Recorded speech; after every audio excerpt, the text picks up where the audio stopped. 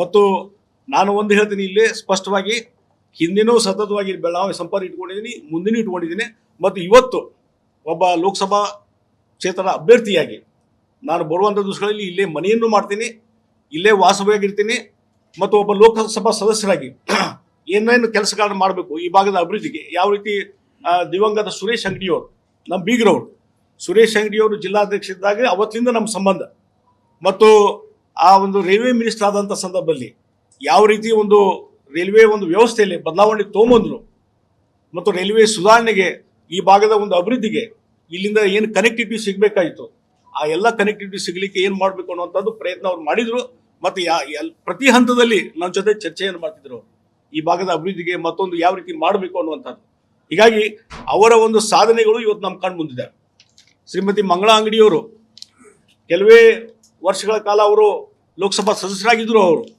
ಅವರು ಸುರೇಶ್ ಅಂಗಡಿಯವರ ಇವತ್ತೇನು ವಿಚಾರಗಳನ್ನಿದ್ದು ಮತ್ತು ಅವರ ಸಾಧನೆಗಳಿದ್ದರು ಅದನ್ನು ಮುಂದುವರಿಸುವಂಥ ಕೆಲಸ ಮತ್ತು ಕೆಲವೊಂದು ವಿಷನ್ ಅನ್ನು ಇಟ್ಕೊಂಡು ಕೆಲಸ ಮಾಡುವಂಥ ಕೆಲಸವನ್ನು ಮಂಗಳಾ ಅಂಗಡಿಯವರು ಮಾಡಿದರು. ಹೀಗಾಗಿ ಇದನ್ನೆಲ್ಲ ಇಟ್ಕೊಂಡು ಇವತ್ತು ನಾನು ಇಲ್ಲಿ ಬೆಳಗಾವಿ ನಮ್ಮ ಎಲ್ಲ ಮತದಾರರಿಗೆ ವಿನಂತಿಯನ್ನು ಮಾಡ್ತಿದ್ದೇನೆ. ಮತ್ತು ಏನು ಹೊರಗಿನವರು ಮತ್ತೊಂದು ಅನ್ನುವಂಥದ್ದು ಟೀಕೆ ಟಿಪ್ಪಣಿಗೆ ಯಾವುದೇ ಅರ್ಥ ಇಲ್ಲ ಅನ್ನುವಂಥದ್ದು. ಇದೊಂದು ರಾಷ್ಟ್ರೀಯತೆ, ಇವತ್ತು ಚುನಾವಣೆಯಲ್ಲಿ ರಾಷ್ಟ್ರೀಯತೆ ಮತ್ತು ರಾಷ್ಟ್ರದ ಅಭಿವೃದ್ಧಿ, ಕರ್ನಾಟಕ ಅಭಿವೃದ್ಧಿ, ಬೆಳಗಾವಿ ಅಭಿವೃದ್ಧಿ, ಈ ವಿಚಾರಗಳು ಚರ್ಚೆ ಆಗಬೇಕು ಹೊರತು ಇವೆಲ್ಲ ಬೇರೆ ವಿಚಾರಗಳು ಚರ್ಚೆ ಆಗುವಂಥದ್ದಲ್ಲ. ಆ ಹಿನ್ನೆಲೆ ಹೇಳ್ತೀನಿ, ಇವತ್ತು ಈ ಭಾಗಕ್ಕೆ ನಮ್ಮ ಕಾಂಟ್ರಿಬ್ಯೂಷನ್ ಏನು ಅನ್ನುವಂಥದ್ದು ಡಿಸ್ಕಷನ್ ಆಗಬೇಕು. ಮತ್ತು ಮುಂದೆ ಏನು ಆಗಬೇಕು ಅನ್ನುವಂಥದ್ರ ಬಗ್ಗೆ ನಾನು ಹಿಂದೆ 6 ಬಾರಿಯಲ್ಲಿ ಶಾಸಕನಿದ್ದಾಗ ಏನೊಂದು ಕೆಲಸ ಕಾರ್ಯ ಮಾಡಿದೆ, ಅದೇ ನನ್ನೊಂದು ಗುರಿ ಇದೆ. ಇವತ್ತು ಬೆಳಗಾವಿ ಲೋಕಸಭಾ ಸದಸ್ಯನಾಗಿ ಈ ಭಾಗದ ಅಭಿವೃದ್ಧಿಗೆ ಇಲ್ಲಿಯೇ ಕರ್ಮಭೂಮಿಯನ್ನು ಮಾಡಿಕೊಂಡು ಇಲ್ಲಿಯೇ ನಮ್ಮ ಮನೆಯನ್ನು ಮಾಡಿಕೊಂಡು ಆ ಒಂದು ಈ ಭಾಗದ ಅಭಿವೃದ್ಧಿಗೆ ನಿರಂತರವಾಗಿ ಕೆಲಸ ಕಾರ್ಯ ಮಾಡಬೇಕು ಒಬ್ಬ ಲೋಕಸಭಾ ಸದಸ್ಯರು ಅನ್ನುವುದು. ಆ ಕೆಲಸವನ್ನು ನಾನು ಮಾಡಲಿಕ್ಕೆ ಪಣ ತೊಡ್ತಿದ್ದೀನಿ, ಆ ಕೆಲಸವನ್ನು ನಾನು ಮಾಡೇ ಮಾಡ್ತೀನಿ ಅನ್ನುವಂಥ ಮಾತನ್ನು ಈ ಸಂದರ್ಭದಲ್ಲಿ ನಾನು ಹೇಳಬಯಸ್ತಿದ್ದೀನಿ. ಒಂದು ಹೇಳ್ತೀನಿ, ಈ ಹೊರಗಿನವರು ಒಳಗಿನವರು ಅನ್ನುವಂಥದ್ದು ಇವತ್ತು ನಾನು ಪ್ರತಿಪಕ್ಷದವ್ರಿಗೆ ಏನು ಟೀಕೆ ಮಾಡಿದ್ರೆ ಅವ್ರಿಗೆ ಕೇಳುವಂಥದ್ದು.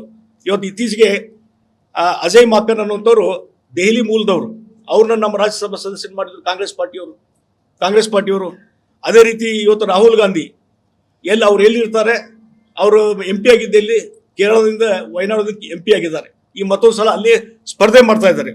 ಮತ್ತು ಕಾಂಗ್ರೆಸ್ಸಿನ ಹಿರಿಯ ನಾಯಕರಂತ ಶ್ರೀಮತಿ ಸೋನಿಯಾ ಗಾಂಧಿಯವರು ಕರ್ನಾಟಕದ ಬಳ್ಳಾರಿಯಿಂದ ಒಂದ್ಸಲ ಆರಿಸಿ ಬಂದರು. ಹೀಗಾಗಿ ಇವತ್ತು ಇದರಲ್ಲಿ ಮತ್ತು ಅದೇ ರೀತಿ ಶ್ರೀಮತಿ ಇಂದಿರಾ ಗಾಂಧಿಯವರು ಚಿಕ್ಕಮಗಳೂರಿಂದ ಆರಿಸಿ ಬಂದಂಥದ್ದು.